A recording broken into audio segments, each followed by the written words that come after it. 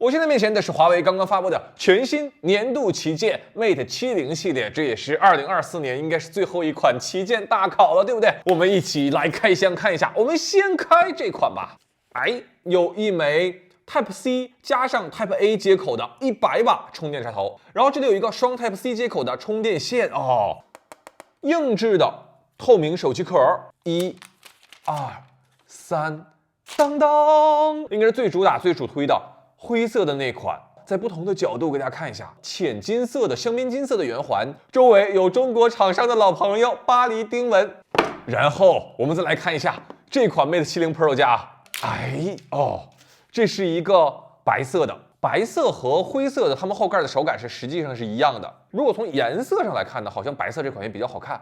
最后我们来看一下 Mate 70 RS， 哎哦，白色的，好像是白色的，放在一边，然后它的这个手机壳呢，其实是有一点点像大象灰。这是一个100瓦的，然后 USB-A 加 USB-C 外再带一个 USB-C， 相当于是可以同时给2台设备充电。有一枚车载充电插头哦，车载的充电接口呢，它是双 USB-A 加一个 USB-C。这就已经不用揭晓谜底了，我们一起来看真机。这应该是这一次全系 Mate 70系列最好看的一款。哎，它这个镜头位置呢，是有一点点像淡金色的这样的一个效果，这个质感是真好，这个质感要比 Mate 70 Pro 加的质感要更好啊，但是还是有重量的。Mate 70系列使用了几天时间啊，今天和大家聊聊这款手机升级在哪儿，红幅镜头表现如何，以及 Pro 加和 RS 到底该怎么选啊？数字版我实在是没有时间体验了。第一部分我们先说外观，今年呢从经典的那个圆环设计变成了现在的圆形设计，让很多 Mate 系列忠实用户啊情感上难以接受啊，心里面痛痛的。其实圆形也不是不好看，主要是现在啊全是圆形啊，大家觉得不够出彩。采用圆形设计，从我的角度理解啊，其实是为了更好的多镜头融合。我看到有很多网友拿到机器之后说，哎呀，70系列变焦丝滑，其实60也很丝滑。但60系列最大的问题呢，是从主镜头到长焦，你会发现出现了画面偏移。哎，你看到了吗？从5倍变到1倍的时候，会有一个我手机没有动哦，它有一个明显的偏移，能感受到吗？偏到左边去了，这就是因为它们距离比较远。看，为什么呢？因为主镜头和长焦在圆环的布局当中距离太远了，就让这个偏移很夸张。而 Mate 70系列3倍镜头彼此靠近，多镜头切换的时候，虽然也会有一点偏移，但是比60系列好多了。所以现阶段多镜头扎堆呢是功能上的一个最优解。当然了，功能归功能，好看归好看啊，我还是要说 Mate 40的那个小小黑色圆环设计真的是手机设计的一个高峰。Mate 70 Pro 机身比较宽啊，单手握持的时候我的拇指都够不到对侧的屏幕，对于我这种单手党来说并不友好。那为什么机身要设计的这么宽呢？我的理解是为了和 Pura 系列产生差异。华为好像是目前仅存的在做直板双旗舰的厂商了，对不对？你得和 Pura 产生一点差异化呀。那更宽的机身，手感上虽然下降了，但是在显示面积上呢确实增加了。外观上有几个差别的点，我快速过一下。首先 Pro 加和 RS 都采用了抛光钛金属边框，轻盈、耐摔、耐磨、耐腐蚀、耐显摆啊。Pro 呢是传统的铝合金边框。第二就是全系都采用了侧面指纹识别按键，当然了 Pro 和 Pro 加和 RS 都有面部3D 识别啊。这个侧面指纹按键呢，它还支持双触自定义快捷操作。比如说我这里有一只大象啊，然后通过双触打开这个功能，我要拍照。现在呢，下方首先就会出现一个大象的百科，这里有相似图片，再下方呢就是相当于是产品。如果你不喜欢那个 AI 功能，你也可以选择，比如说手电筒，现在双击，哎，手电筒就打开了。但是侧面按键是不是有点太高了？我对比几款侧面按键的机型给大家看一下。因为开机键的位置比较高，就导致音量键的位置更高，按音量键的时候就有一种你过了呀这样的感觉。第3个差别，屏幕亮度，RS 是独占了双层 OLED 的屏幕，户外强光它的亮度是最高的啊。Pro 和 Pro 加都是同款屏幕，没有区别。第4个差别，重量，RS 为了陶瓷的质感，重量是怒破250克啊，相比之下呢 ，Pro 的手感要更加轻盈。对于外观部分的总结，如果你追求外观，你不差钱儿的话，那么 RS 大象灰一定是我的第一推荐。Pro 加的灰色和白色，我仔细的对比了一下，我还是更喜欢白色多一些。Pro 的绿色和紫色对比的话呢，我觉得绿色要更亮，紫色呢要更暗。我喜欢绿色会更多一些。今天视频的第二部分，我们来聊一聊性能。70系列的性能和发热控制都提升非常明显。原神30分钟跑图，功耗下降了27%，温度下降了1度。王者荣耀30分钟，70系列功耗要比60系列降低了42%，温度降低了4度。同时录制4K 60帧视频20分钟，发热控制提升同样非常明显。同场景播放 1080p 在线视频加上弹幕7小时啊 ，Mate 60 Pro 耗电45%，Mate 70 Pro 加耗电31%。充电这一次70系列升级到了100瓦有线充电，给 Pro 加充电30分钟充电47%，还能给我的笔记本电脑以65瓦的速度充电。出差的时候带着1枚插头就够了。今天视频的第3部分，我们来聊一聊卫星这个部分。Pro 加和 RS 都是同时支持天通和北斗双卫星的，而 Pro 呢是只支持北斗卫星。我们先说天通卫星。好吧，我们现在来测试一下 Mate 60 Pro。通常来说呢，第一次搜星会比较慢一些。Mate 60 Pro 从对准卫星开始120秒倒计时到连接上卫星，第一次时间共花费60秒。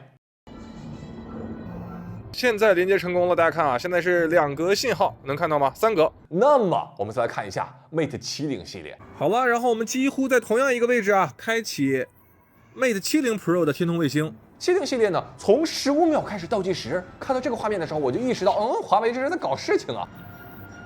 哇，这个好快啊！8秒。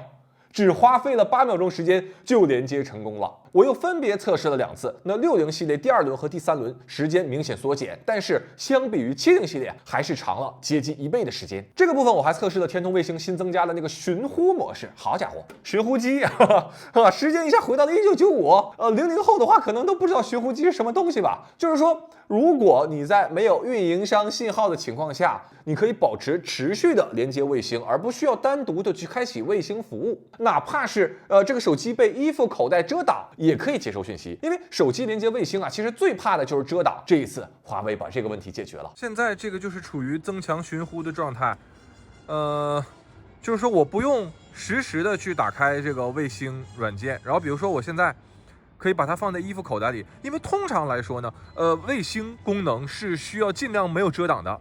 比如说我现在放在我的衣服口袋里。好了，大家看啊，然后我现在使用 iPhone 给华为发，就是华为的这个卫星啊，你不一定是必须要使用华为手机才能够发送一下。我们等着我口袋里华为手机是否会响啊？感受到震动了，拿出来看一下，看到了吗，同学们？这个是界面，它收到这条消息了，现在是卫星连接的状态，不是通过运营商。然后我再说一下 Pro 和 Pro 加都支持的北斗卫星。北斗卫星我觉得使用限制还会更多一些吧。就是如果手机能够接收到运营商信号的话呢，这个北斗卫星还用不了，你还得开一个飞行模式。连接速度的话呢，大概是30秒左右吧，也要比天通慢一些。北斗呢还不能像天通一样直接可以通过卫星去打电话，但是它是可以通过卫星去发送图片，这个发送图片功能也是华为自研的。华为呢会把一张很大的照片压缩到几 KB， 这张压缩的照片呢，它会保留一些基础的颜色啊、基础的信息啊，比如说你野外迷路了，对不对？或者野外遇险了，那除了经纬度信息，你还可以发送一张照片。那救援队伍收到这张照片之后，就可以说收到嫌疑人是一个戴眼镜、梳中分，然后穿背带裤的男子。我自己的使用感受是，北斗呢虽然是先登陆华为的，但是在功能性上来说呢，还是要更局限的啊。相应的，天通所扩展的场景现在越来越多。天通目前最大的问题呢，就是它只能使用电信手机卡，那对于移动和联通用户来说就非常不友好了。对于卫星功能，我的建议是，考虑到日常使用的频率啊，普通用户其实可以不用把卫星功能作为一个购买型号的判断标准，但是Pro 加和 RS 的双卫星体验，它确实好处一大截。我认为商务用户啊，或者是政企用户啊，或者说那些喜欢户外极限运动的用户，还是可以把这个选项作为一个备选的。今天视频的第4部分，影像，我们聊聊大家更期待的这个红枫镜头。其实华为 2YYB 传感器拍照色彩不够准确，这应该是一个存在很多年的一个老大难的问题了。它也不是说所有场景都不准确啊，但就是在有一些场景当中呢，确实会出现偏色。这一次这颗模组中央的小小红枫镜头就是为了解决这个问题的，它会在拍照和视频的过程当中呢，辅助去定位色彩。我先说一些小小的细节改动啊。第一，主镜头焦距从27毫米这回变成了24毫米，视野更宽广了。第二，就是主镜头的照片拍摄啊，视野虽然变大了，但是视频拍摄呢，视野几乎没有改变。第三，因为主镜头焦距改变，长焦啊，虽然说你看那个倍数上是增加了，但实际上都是95毫米焦距。第四，取景框预览界面清晰度应该是史诗级的提升。那么，让我们进入今天的正题，红枫色彩。首先来一些开胃小菜啊。在我的这个小屋的客厅里，大家看左侧的这个柜子，你会发现这个柜子明显是偏灰的。如果把镜头向左转，这个窗帘停留了1秒钟，变成灰色了。而这次 Mate 70系列这个红枫镜头所要解决的就是这个问题。这次红枫镜头所带来的第二个提升呢，我们来对比一轮户外样张，大家可以感受一下感受一下苹果、三星、vivo 的色彩对比。不同厂商在白平衡和饱和度上呢，它会有一些不同的策略。第三个提升啊，大家看这3张照片的色彩表现。而有同学说，这3张照片这色彩表现看起来差不多呀。实际上，这3张照片是70系列3颗镜头所拍摄的同样一个场景，也就是说，在超广角、主镜头、长焦能够拥有一个非常稳定的色彩一致性。那么今天对比的第2轮，我们开启正餐啊，70系列对比60系列，首先先看看有哪些提升。除了刚才的偏色修正，这次视频能力提升非常巨大，大家可以感受一下2个视频拍摄的对比度，感受一下这种植物的立体感，感受一下这个墙壁上的图案纹理，再看一下人像、铜像的这种色彩表现。70系列真的是有一个视频质的飞跃。那么接下来端上主菜啊，华为对比苹果，我相信很多同学都翘首以待了。这个位置我需要提前说明的是，因为每台设备它都有不同的白平衡策略，所以说左下角大家看到这个小镜头画面呢，并不是这次的参考标准。哪个更接近肉眼观看的效果呢？一切以我在现场当时的口播为准。我先简单给大家看一下这个画面啊，大家觉得左边和右边哪个色彩更符合你印象中的真实呢？你就说一下自己的第一感觉啊，我等大家一会儿。那我们揭晓谜底。我现在跟大家说啊，右边更接近我当时的这种实际观感。你说水泥地它怎么可能是蓝色的呢？当时的灰色水泥地面啊，它确确实实映射出了蓝色的光线。大家先跟着我的镜头走一遍，走完之后我再和大家好好分析。现在的这个地面的色彩，华为的要更接近我肉眼观察的色彩。然后我们再看一下这个角度，这个角度呢 ，iPhone 它的绿色这种像祖母绿的这个颜色的石墙颜色要更准。我们去看一下比较有挑战性的这个小暖光灯泡啊 ，iPhone 的动态范围会更好一些。华为对于这个粉色桌布啊，我觉得确实颜色控制的很准。暖光环境下的，我们看看暖光环境下这个树叶，从目前屏幕上来看啊，华为确实要更准一点。目前我来测试这几个场景啊，就是从这个屏幕来观看，我觉得表现都不错。看看红的，哦，这个华为更准。现在是一个暖光的灯泡，暖光灯泡下呢，然后这个白色的大理石 ，iPhone 它的还原策略是把白色大理石还原成了白色。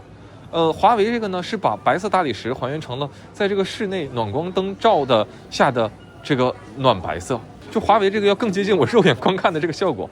我再看看绿色，哦，是在这种暖光灯的策略下，我觉得华为都要更接近我们肉眼的观看效果。呀，这个小朋友的帽子掉了，能拿吗？我帮你啊。啊，不用啊。这个视角来看，我看看啊，我觉得两者表现比较接近吧。黑白照片，黑白照片，黑白照片。黑白照片我看一下，感受一下啊。黑白照片这个场景 ，iPhone 要更准一点。这个场景下的话呢，如果从门这个角度，我觉得华为的要更接近、更准确一点，或者更接近我人眼的观察效果一点。它因为我虽然肉眼看就是偏粉一点点 ，iPhone 它的还原策略呢，基本上都是按照有白色的就是纯白色的这种效果。而华为这个呢，就是还原你这个暖光灯下的效果。所以大家现在看明白了吗？这次华为的红枫镜头，它的价值就在于把人眼所看到的色温和色彩准确的呈现到照片当中。而苹果的策略呢，其实它倾向于把光线的影响给去除掉。就是还原这个物体本来的色彩，两种不同的策略吧。我觉得，应对了不同的使用需求，没有一个绝对的好与坏。但是对我来说，我更喜欢华为现在这个策略。我举一个最简单的例子啊，我前阵子给我们家那个置物架摆了一套恐龙，然后我上面加了一个暖光灯，一个3000K 色温的，然后我想拍一个视频去分享一下。我用 iPhone 拍出的这个照片，它是一个白色光源，但是我肉眼看到的这是一个暖光灯啊，所以说我就只好下载了一个第三方应用的拍照 App，手动设定了色温，然后才拍出自己想要的那种效果。而现在大家可以看一下 Mate 70，打开手机直接拍摄，它就是暖光。其实大部分手机在拍摄这样一个画面的时候，都是会把暖光拍摄成白光。有同学说了，我就是想拍衣服原来的颜色，那么 Mate 70怎么办啊？那不是拍不出来了吗？这个时候华为它有专业模式啊，你可以调整色温啊。当然了，如果说一个场景中它的色彩比较丰富，或者参照物比较多的话，那么无论是苹果还是 vivo 还是华为，表现都差不多啊。但是生活中真的就是有一些，比如说暖光或者说单色的场景，那这个部分华为的表现确实就是更好，也确实惊艳到我了。以下这组照片都是使用华为 Mate 70 Pro 加拍摄的。华为的影像啊，大概是从P40系列之后。很多年都没有给我带来如此的这种哇哦的这种感觉了。今年的色彩表现是真的很好，就是那种抱着手机，然后自己翻看自己的一个照片，就是爱不释手，暗自感慨，哎，我这拍照水平这不知不觉又提升了。我在使用 Mate 70之前，我跟很多用户一样啊，我认为这个红枫是用来修复 RYB 传感器偏色问题的，但是用完之后，我才发现它不仅修复了偏色，还带来了可能是目前为止我用过的非常接近人眼观察色彩的这样一个手机表现。这一次不只是主镜头色彩提升了，长焦镜头的表现也明显提升。暗光环境中对比Mate 60的长焦，大家可以看一下，大家可以感受一下树叶的细节。长焦镜头呢也依然支持微距拍照，比如说你可以用微距拍个王八呀，是吧？拍个青蛙呀，拍个耗子呀，你还可以怼脸拍这个小电耗子，然后实际上它只有这么大点儿。防抖效果呢，我觉得就普通吧，不算是最强的，但是画质我非常满意。接下来我们说一下人像拍照啊，首先看一下前置镜头，目前对比我个人最喜欢的 OPPO 和 vivo 前置镜头，都是开启的默认美颜等级。vivo 呢，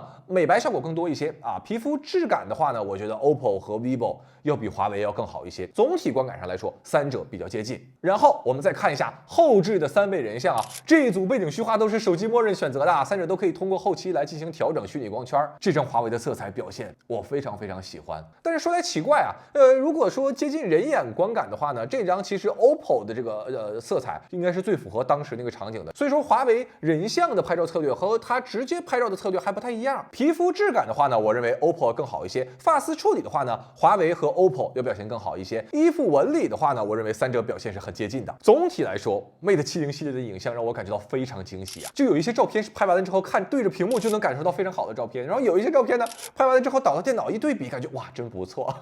以上呢是一些优点啊，接下来说一些不足。虽然说很多场景下色彩表现都很惊艳，但是有一些场景绿色的树叶啊，这明显就没有这种灰，没有这么灰。Pro 加对于光源的一些曝光策略啊，但是瑕不掩瑜啊。总体来说，我觉得这次影像能力表现真的很好。接下来补充几个大家比较关注的点啊，第一个就是很多同学最关注的 Mate 70 Pro 和 Pro 加影像能力到底差多少？我如果买 Pro 的话，会不会弱很多？这个部分多场景实测 Pro 的表现几乎和 Pro 加完全相同。Pro 和 Pro 加不同传感器的差别，在我的测试中是几乎可以忽略不计的。第二，就是华为的新的动态照片 Live Photo 表现如何 ？Live Photo 视频那个部分的画质是不错的，动态照片呢，目前视频防抖还是比较弱的，上传小红书是完全没有问题的。第三，新的 Live Photo 里边提到那个 AI 运动轨迹好用吗？这个部分我在看发布会的时候，我觉得这个比较鸡肋吧，因为发布会上大家看那个打篮球的上篮场景，那个背景是一面墙啊，那你现实生活中你想找到那么完美的背景可不好找啊。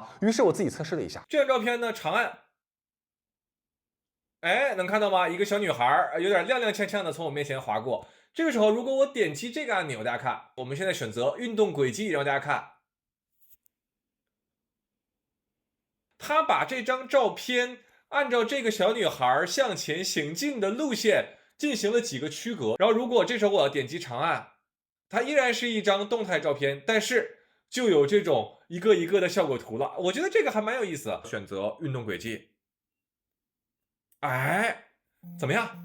我觉得还不错啊。第四，得益于新的图像传感器和 AI 算法 ，Mate 70 Pro 在处理一些毛发呀、树叶呀、木纹呐、砖石啊，都会有增强的效果。今天视频的第5部分啊，也是最后一部分，说一下购买建议。首先，对于 Mate 70 2S， 这是70系列外观最好看、质感最出众的机型，它独占华为最强的屏幕和扬声器，但是缺点就是比较沉、比较滑、比较贵。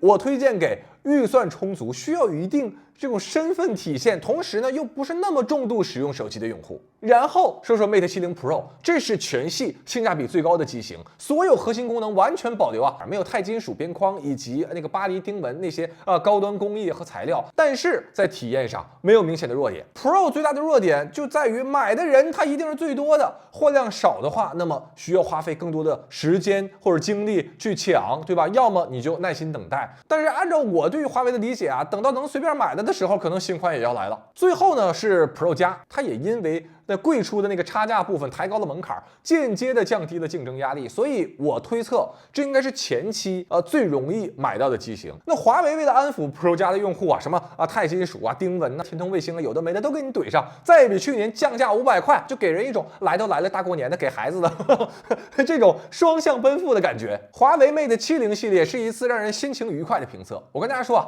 我最喜欢的就是这种有新技术、新场景、新体验的产品，比单纯的跑分有乐趣太多了。